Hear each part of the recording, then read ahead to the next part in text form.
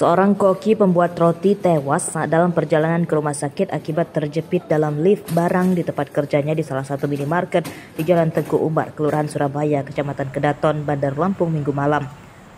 Korban bernama Albizar, pemuda berumur 29 tahun, menderita luka berat di bagian kepalanya. Jenazah korban dimakamkan oleh keluarganya pada Senin pagi di tempat pemakaman umum dekat rumahnya di Jatimulyo, Lampung Selatan. Menurut informasi dari keluarganya, korban tewas saat membawa barang menggunakan lift dari lantai dasar menuju naik ke lantai 3. Kecelakaan kerja korban tersebut baru diketahui teman kerjanya setelah sekitar 20 menit dari korban masuk lift. Ditelepon saat 4:30 sore itu katanya jatuh di lift. Tapi setelah saya sampai sana anak itu sudah tidak bernyawa artinya. Kalau itu memang sudah takdir Tuhan. Tapi yang saya sesalkan dari pihak perusahaan atau pengawas di situ tidak ada yang mendampingi. Dari kemarin di sana penyelesaian administrasi segala macam sampai malam ke rumah, pagi ini baru datang. Jadi anak itu saya itu sampai di-share sama Babinsa itu di penengahan itu. Bertanya-tanya ini anak siapa, ada yang kenal enggak? Berarti kan perusahaan itu kemana? Pada pekerja pengawas yang di situ itu. Anak saya sudah di rumah sakit itu kata dokter sudah tidak bernyawa.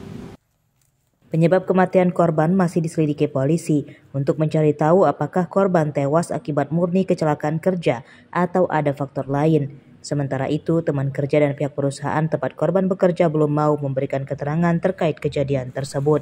Aris Susanto melaporkan dari Bandar Lampung.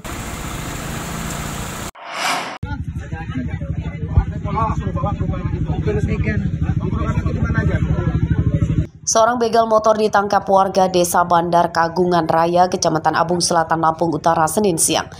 Tersangka nyaris babak belur akibat dihakimi massa yang kesal dengan perbuatannya. Kamu dari mana sama dia? Saya dari Tumudati, Pak. Emang nyari mangsa kamu ya?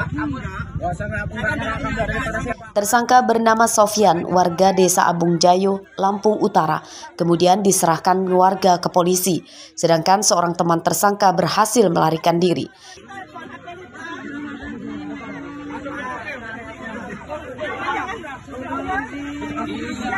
Tersangka dan temannya tersebut membegal motor yang dikendarai seorang perempuan. Tersangka mengadang dan mendorong korban dengan senjata tajam di jalan sepi. Korban kemudian berteriak meminta pertolongan warga setelah terbebas dari ancaman para tersangka. Namun motor korban raib dibawa kabur tersangka yang buron. Penangkapannya, Pak? Waktu itu ada laporan bahwa ada kejadian begal. Langsung anggota dengan masyarakat lakukan penangkapan tersangka. Pelaku ini pemain baru atau lama, Pak? Untuk sementara yang satu yang sudah kita amankan itu pemain baru. Ada dua pelaku yang diduga dua pelaku. Satu berhasil ditangkap, Pak ya? Ya. Modus pelaku melakukan aksi pembegalan itu seperti apa? Pelaku nyetop di kendaraan, korban lagi jalan, di stop dan diancam dengan sajam. Saat di kantor polisi, tersangka berdalih hanya ikut-ikutan saja membegal motor. Pelaku utamanya adalah temannya yang berhasil membawa kabur motor korban. Dia korban.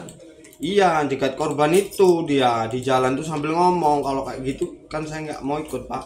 Yoga yang rampas ngetop turun, dia yang nodong, Pak. Kawan itu, Pak. Pakai apa? Pakai pisau kalau nggak salah, Pak. Jarain ke korbannya? Iya. Korban itu laki apa perempuan? Perempuan, Pak. Itu kamu orang incer apa gimana? Kebetulan apa-apa, Pak, gitu, Pak. Gimana kamu orang ngebegal itu? Ya saya mau lewat itu, Pak. Mau lewat SKB itu. Di kebun-kebunnya? Iya. Motor tersangka disita sebagai barang bukti. Penyidikan kasus ini masih akan dikembangkan polisi untuk memburu tersangka yang buron. Artio Haba melaporkan dari Lampung Utara.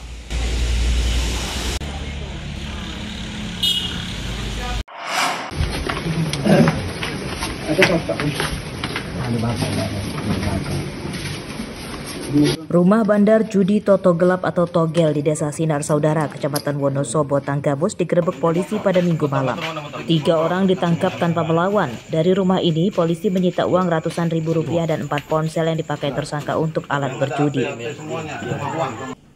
Dari tempat lainnya, polisi juga menangkap belasan orang yang sedang berjudi kartu. Mereka kemudian digelandang ke Mapolres Tanggamus untuk diperiksakan dan ditahan. Dari 5 LP ini kami mengamankan kurang lebih 16 tersangka. Ya.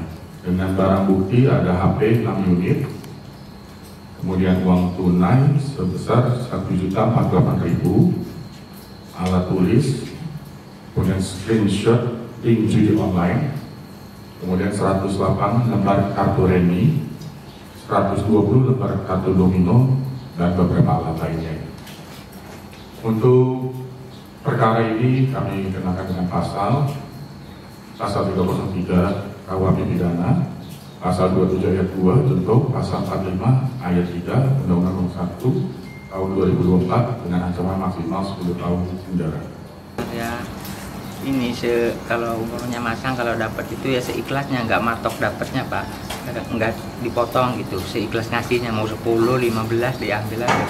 Selama ini paling besar pernah dapat komisi atau omset berapa? Ini sekarang ya sekitar 2 juta, 3 juta Pak. Keuntungan yang Bapak dapetin untuk apa Pak uangnya? Ya buat ngerokok-rokok aja Pak, ngopi.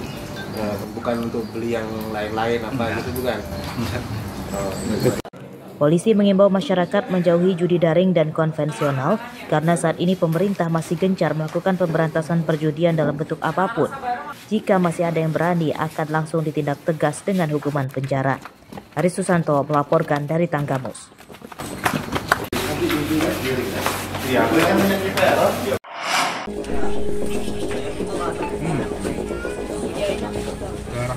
Kasus pembunuhan wanita buruh cuci pakaian bernama Siti Fatimah yang ditangani Polres Lampung Utara hingga Senin pagi masih dalam penyidikan secara intensif. Polisi belum membeberkan motif tersangka Mulkantoro alias Toro yang tega membunuh tetangganya tersebut. Kasih Humas Polres Lampung Utara, Ibtu Budiarti mengatakan penyidikan terhadap tersangka masih terus berjalan. Polisi juga masih menunggu hasil visum dari rumah sakit. Dari Polsek Kota Bumi Kota, dan sekira pukul 05.30 kalau setengah 6 tadi pagi, temuan dari Polsek Kota Bumi Kota. Kemarin itu berada di rumah korban kan. Lokasinya di mana? Kalau wilayahnya Kota Bumi Kota, Paseban apa ini wilayahnya Pasar. Kota Bumi Pasar ya, Kota Bumi Pasar ya. Yang kita tahu itu kenapa sih, Dan? Ya, kalau saat ini dalam tahap penyelidikan, jadi kalau ini hasil visum juga belum keluar kan, jenazah masih di rumah sakit. Saat baru ditangkap, tersangka mengatakan dendam akibat sering digosipkan negatif oleh korban. Namun pengakuan tersangka tersebut tidak dipercayai oleh warga dan pamong sebab korban yang akrab dipanggil warga dengan nama Brei Brei tersebut merupakan penyandang tunawicara. Kadang-kadang dia mampir ke rumah orang minta bikin krek, urut, kadang-kadang ada juga yang orang minta tolongnya nyuci, kayak gitu, gosok, ngasuh, gitu. Baik orangnya Bu ya? Ya, orangnya baik. Dia itu tunarungu atau gimana sih? Iya, bisu tuli. Sering nggak dia ngomongin orang pernah nggak? Ya gimana mau ngomongin orang? Ya ngomong, ya bre ngomongin ya gitu, pre gitu ngomongnya. Ya nggak bisa ngomong, cuma pre gitu aja. Kaget nggak Bu dengan peristiwa ini Bu? Oh, jangan dibilangin kaget lah. Setahu saya, kami sini memang keluarganya nggak ada, tapi katanya ada dulu pernah ada yang datang, tapi pergi lagi. Tapi dia udah puluhan tahun tinggal sini, dari tinggal dengan 1 5-6 tahun, pindah lagi dengan 1 bisa 10 tahun gitu. Korban itu tunarungu atau gimana Pak? Ya tunarungu. Tersangka dan korban tinggal bertetangga di Kelurahan Kota Bumi Pasar, Kecamatan Kota Bumi Kota, Lampung Utara. Pembunuhan terhadap Siti Fatimah alias Brei Brei terjadi pada hari Sabtu pagi lalu. Jenazah korban ditemukan di teras rumahnya dengan kondisi bersimbah darah akibat dianiaya tersangka menggunakan senjata tajam. Ardio Haba melaporkan dari Lampung Utara.